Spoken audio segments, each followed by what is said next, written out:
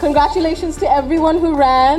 Amazing. প্রধানমন্ত্রী কন্যা জাইমা রহমান একটি প্রশ্ন তুলেছেন। তিনি বলেছেন যে সব নিয়ম মেনে পরীক্ষা দিয়ে পাশ করলেন, কিন্তু কাগজের জন্য বসে থাকতে হলো মাসের পর মাস, অথচ একটা দালাল ধরলেই কাজ শেষ এক নিমিষে। কেন বলুন তো? সম্প্রতি এই প্রশ্নটি তুলেছেন প্রধানমন্ত্রীর কন্যা ব্যারিস্টার জাইমা রহমান।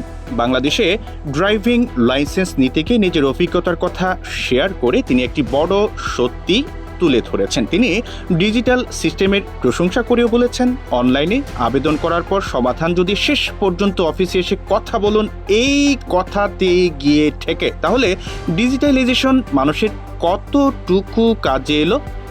যখন সরকারি সিস্টেম জটিল বা ধীর গতির হয়ে যায়, তখন মানুষ বাধ্য হয়ে মধ্যস্থতাকারী বা দালালের কাছে যায়, আর তখনই দুর্নীতি নিয়মে পরিণত হয়। 2018 সালের নিরাপদ সড়ক আন্দোলনের কথা স্মরণ করিয়ে দিয়ে ব্যারিস্টার জাইমা রহমান প্রশ্ন তুলেন যে সমস্যাগুলো তো আর 8 বছর আগেই চিহ্নিত করা হয়েছিল, তাহলে ব্যবস্থা কেন আজও বদলালো না? সড়ক নিরাপদ করতে বা ঘুষ বন্ধ করতে কেবল সাধারণ মানুষকে নিয়ম মানুন বললেই কিন্তু হবে না, বরং কাঠামোগত সংস্কার করতে হবে। দর্শক, আপনার কি মনে হয়, সরকারি সেবা সত্যি সত্যি যদি সহজ করতে হয়, তাহলে কোথায় কোথায় পরিবর্তন আনা সবচেয়ে বেশি জরুরি? আপনারা কমেন্ট করে জানান। আর ব্যারিস্টার জাইমা রহমানের পুরো বক্তব্যটা আমরা আপনাদের জন্য তুলে ধরছি।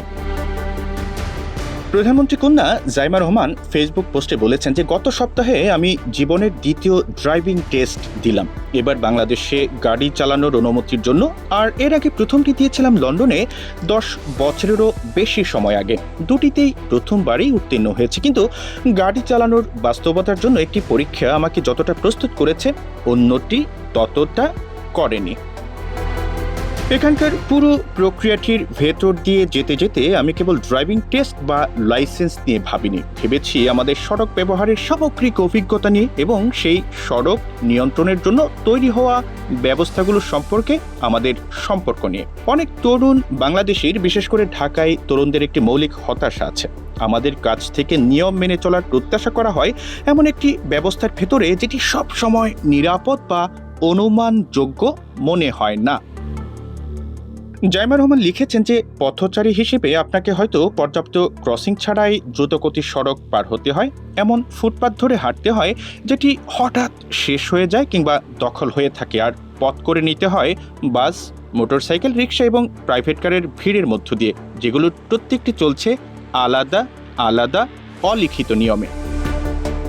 যাত্রী হিসেবে আপনার হাতে কার্যত কিছুই থাকে না। আপনার বাসটি যাত্রী তোলার জন্য অন্য বাসের সঙ্গে পাল্লা দেবে কিনা, হঠাৎ ব্রেক করবে কিনা, গাড়িটির যান্ত্রিক ফিটনেস আছে কিনা, কিংবা চালক ঠিকমতো প্রশিক্ষণ ও বিশ্রাম পেয়েছেন কিনা, কোনো কিছুই আপনার নিয়ন্ত্রণে নেই।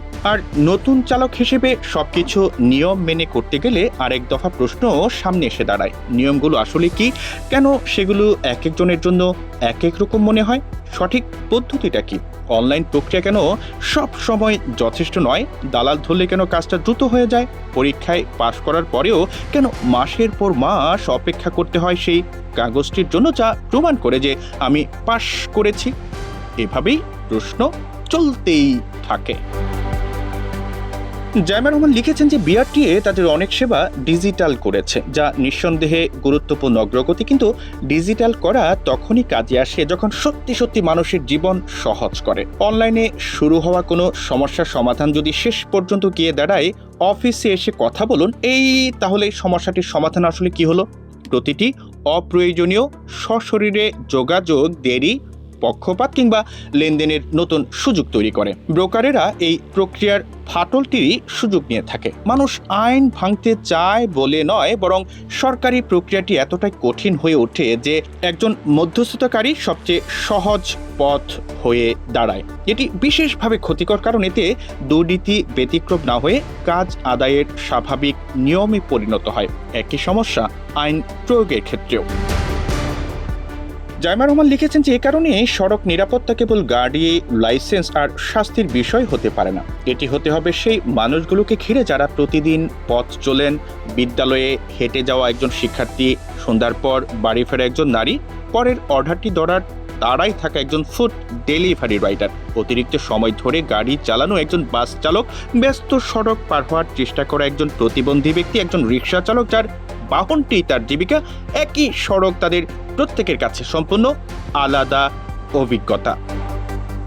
ভালো নীতিমালাকে এই বাস্তবতাগুলো বুঝতে হবে, নইলে নিয়ম উল্টে দরিদ্র বা বেশি ঝুঁকিতে থাকা সড়ক ব্যবহারকারীদের আরও গভীরভাবে অনানুষ্ঠানিক ব্যবস্থার দিকে ঠেলে দেবে, আর তাতে শোষণ ও ঘুষের নতুন সুযোগই আসলে তৈরি হবে। এসব কথা গুরুত্বপূর্ণ কারণ নিরাপদ সড়কের দাবিতে তরুণেরা বছরের পর বছর কথা বলে আসছেন। 2018 সালে স্কুল কলেজের শিক্ষার্থীরা রাস্তায় নেমেছিল, লাইসেন্স পরীক্ষা করেছিল, যানবাহন চলাচল সামলানোর চেষ্টা করেছিল এবং ফিটনেসবিহীন গাড়ি ও লাইসেন্সহীন চালকদের বিরুদ্ধে ব্যবস্থা নেওয়ার দাবি জানিয়েছিল। 8 বছর পরও সেই উদ্বেগগুলোর অনেকটাই রয়ে গেছে। এ অবস্থায় জাইমা রহমান লিখেছেন যে তাই প্রশ্নটি এখন সম্ভবত আর এই নয় যে সড়ক নিরাপদ নয়, প্রশ্নটি বরং এই যে সমস্যাগুলো তো আমরা আগেই চিহ্নিত করেছি, ব্যবস্থাটি এখনো সেগুলো কেন ঠিক করলো না? আমার মনে হয় এখানেই আমাদের প্রশ্নটা বদলে যায়। প্রশ্ন কেবল এটি হতে পারে না যে নাগরিকদের দিয়ে কিভাবে নিয়ম মানানো যাবে।